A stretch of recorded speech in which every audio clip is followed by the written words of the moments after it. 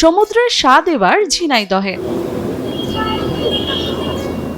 কুয়াকাটা আর সুন্দরবন থেকে আনা তাজা কাঁকড়া ভাজি করে বিক্রি হচ্ছে এই শহরের কেন্দ্রীয় বাস টার্মিনালের চৌরাস্তায়। আর এই অনন্য স্বাদের টানে প্রতিদিন ভিড় করছেন শত শত ভোজন রসিক। খাতে খুব টেস্ট, খুব সুস্বাদু লাগে। এটা নতুন আমাদের ঝিনাইদহতে বিক্রি হচ্ছে। সাতক্ষীরা থেকে আসে, সাতক্ষীরা, সুন্দরবন, খুলনা থেকে আসে এগুলো।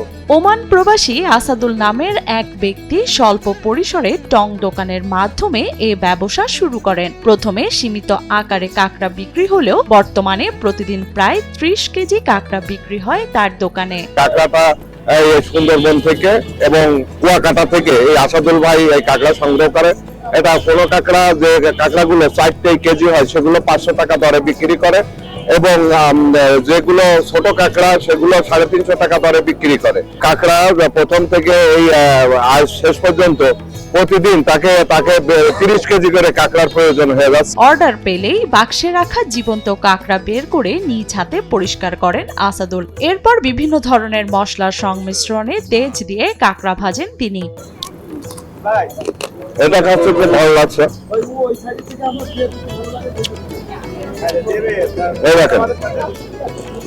এগুলো ছোট ছোট ঠ্যাংগুলো খেতে খুব মজা সুস্বাদু এবং সেম চিংড়ি মাছের মতো। তাজা কাঁকড়া ও ভাজা কাঁকড়া দুইটাই বিক্রি করা হচ্ছে, এই কারণে আজকে চলে আসলাম এই কাঁকড়া খেতে। খুবই সুস্বাদু।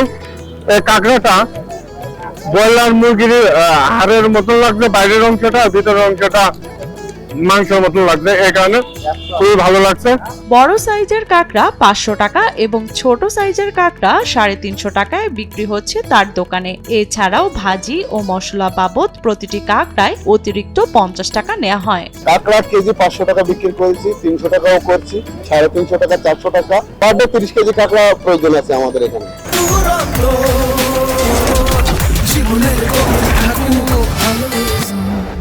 ব্যবসায়ী আসাদুল জানান, দীর্ঘ 5 বছর ওমানে থাকার পর দেশে ফিরে আসেন তিনি।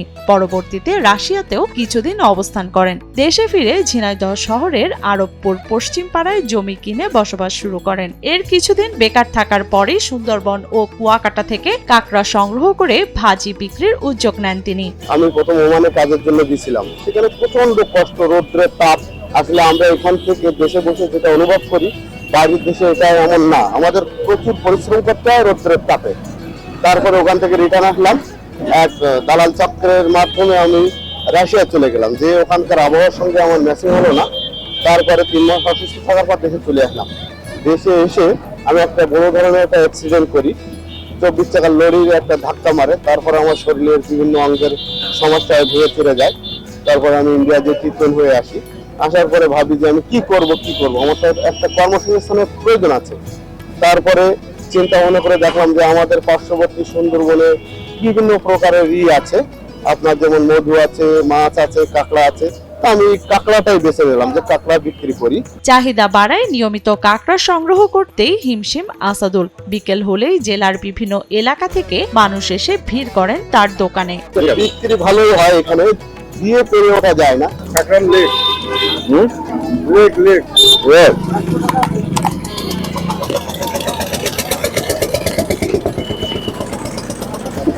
হাতটা ভালোই। তাজা ও ভিন্ন স্বাদের কারণে কাঁকড়া ভাজি দ্রুত জনপ্রিয় হয়ে উঠেছে বলে জানান স্থানীয় ক্রেতারা। আর তাই সমুদ্রের স্বাদ এখন ঝিনাইদহে, এমনটাই বলছেন ভোজন রসিকরা। বাসায়ও কিনে নিয়ে খাই, ছেলে মেয়ের সাথে করে খাই, খুব ভালো লাগে। আমি যাতা তৈরি করে খাইছি বা বিলাস দোকানতে খাইছি, কাঁচাও কিনে নিয়ে। যারা আপনারা আজও কি কাঁকড়া খাননি বা খেয়েছেন, তাদেরকে আমি অনুরোধ করবো আপনারা আমার দোকানে চলে আসেন এবং তাজা তাজা কাঁকড়া খান। বা অনেকে যারা খাননি তারা কাঁকড়ার স্বাদটা কেমন একবারের জন্য উপভোগ করুন। এটা সামুদ্রিক কাঁকড়া।